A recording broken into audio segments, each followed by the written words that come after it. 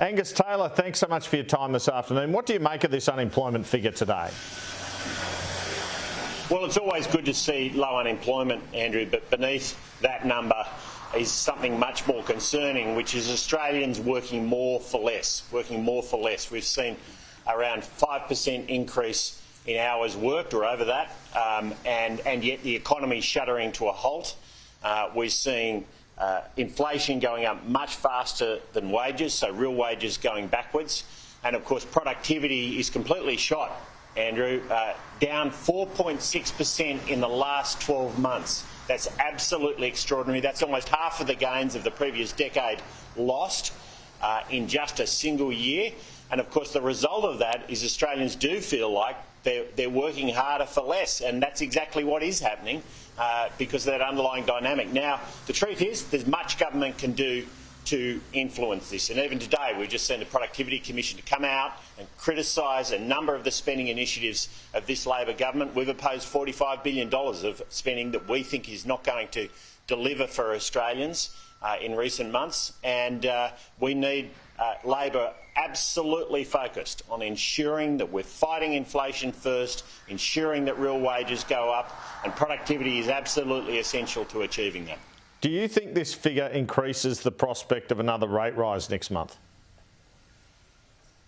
Well, that's a matter for the Reserve Bank. I don't try to second-guess the Reserve Bank. What I would say, though, Andrew, is if this government puts the right policies in place, then it will take pressure off the Reserve Bank.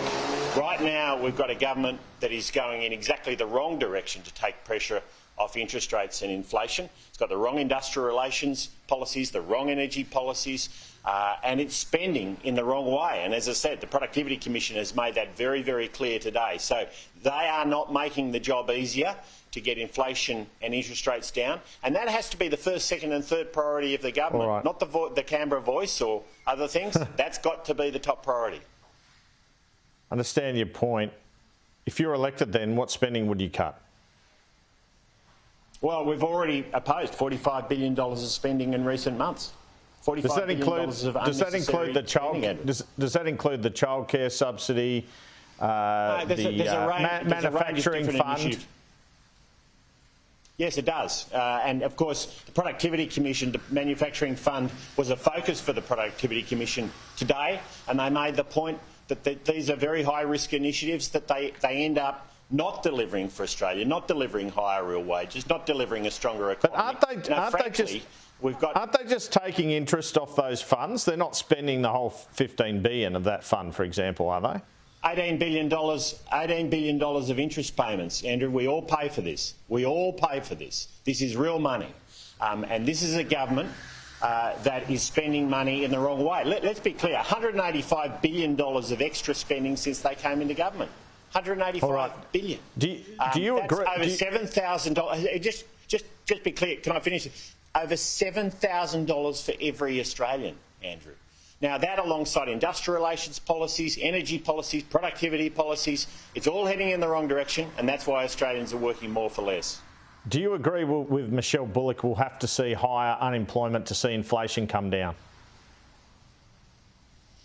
You know, I'm not going to get into sort of trying to forecast the trade-off between inflation and unemployment, but what I will say is this. You can improve that trade-off with the right policies. There is no question about that.